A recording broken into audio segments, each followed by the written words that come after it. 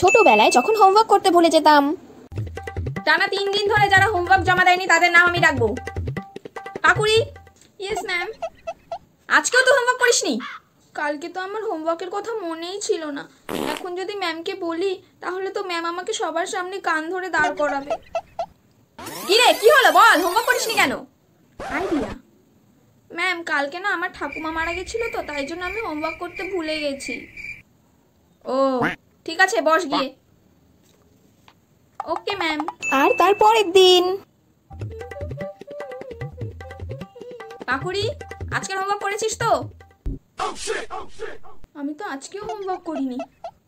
এখন তো ম্যাম নিশ্চয়ই আমাকে কান ধরাবে। কালকে তো আমি ম্যামকে ঠাকুমার কথা বললাম বলে ম্যাম কিছু বললো না, তাহলে আজকেও বলি। কি রে, কি হলো, চুপ কেন? ম্যাম, আমার ঠাকুমার না শরীর ভালো ছিল না, তো তাই জন্য আমি হোমওয়ার্ক করতে পারিনি। কালকেই না তোর ঠাকুমা মারা গেল, তাহলে আজকে তার শরীর খারাপ কি করে হলো? আমাকে মিথ্যা কথা বলা। যা বেঞ্চের উপরে গিয়ে কান ধরে দাঁড়া। যতক্ষণ আমার ক্লাস শেষ হচ্ছে ততক্ষণ কান ধরে দাঁড়িয়ে থাকবি।